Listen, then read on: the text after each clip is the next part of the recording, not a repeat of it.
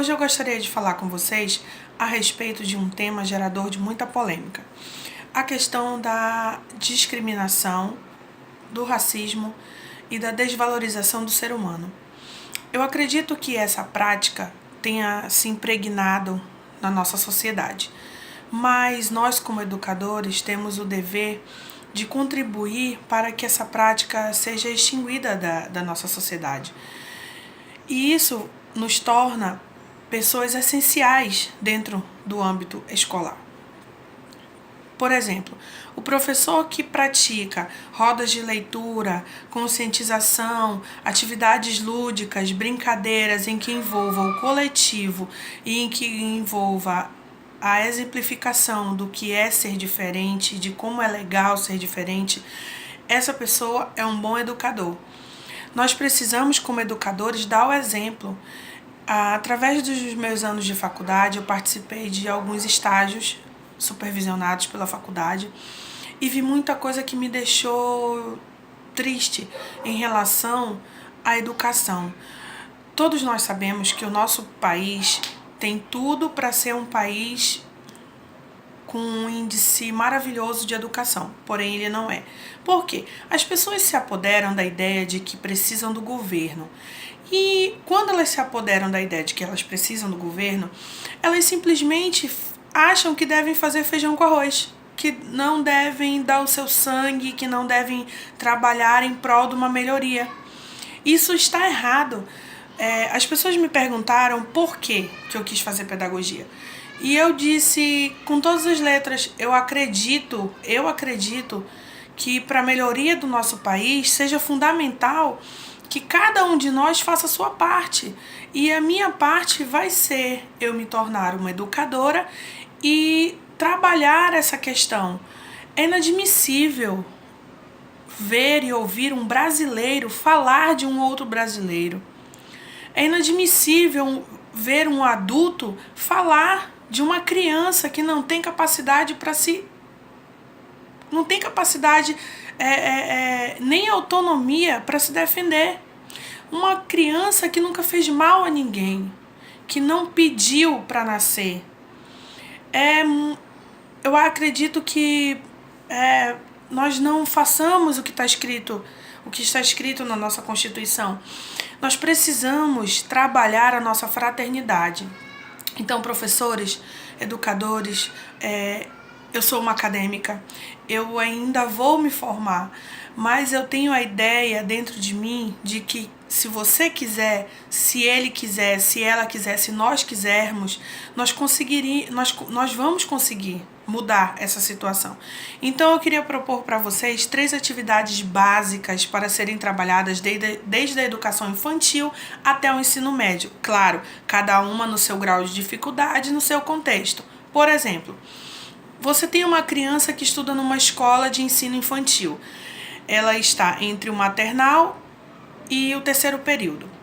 Essa criança, muitas vezes, ela não tem noção do quanto é o diferente. Ela não tem noção.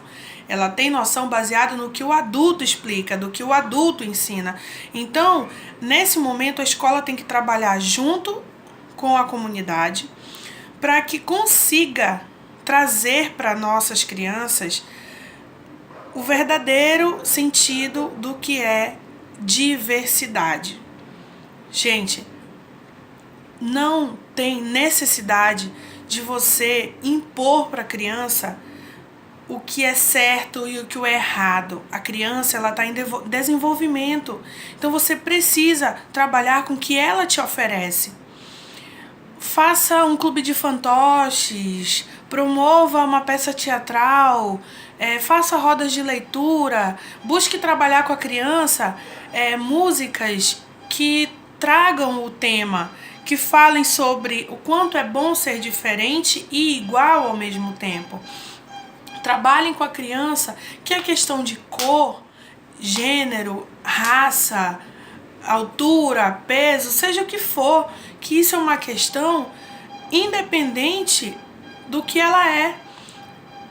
Para que essa criança chegue no ensino fundamental, das séries iniciais, e ela já tenha uma base do que é certo e do que é errado. Quando a criança chegar no ensino fundamental, ela precisa ter essa continuidade. Os professores precisam trabalhar de um modo mais amplo. Promovam feiras culturais, oficinas, tragam a família para a escola, busquem interagir as famílias no ambiente. Promova palestras aos pais das crianças, trabalhem a coletividade de um modo significativo, seja na hora do lanche, seja na hora das brincadeiras, seja na hora da aula. Independente do momento, esse tema tem que estar sendo trabalhado a todo instante, porque o nosso país chegou num ponto em que o racismo, a discriminação e o preconceito tomou conta da sociedade. As pessoas falam e agem de maneira absurda em relação ao próximo. As pessoas não conseguem praticar a sua fraternidade.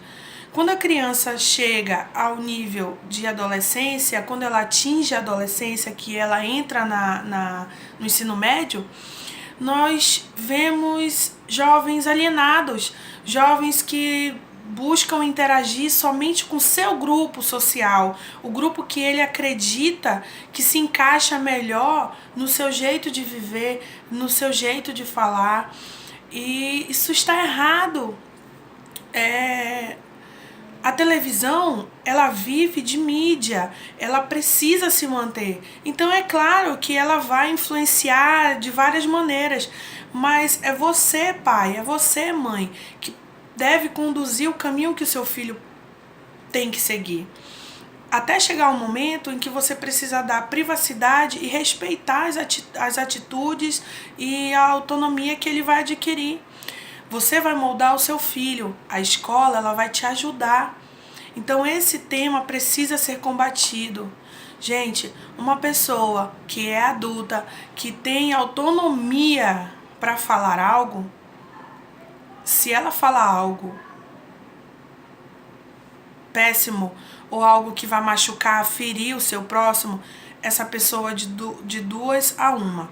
Ou ela não é normal intelectualmente, ou ela tem uma grande incapacidade de amar, de se relacionar e de confraternizar os seus momentos.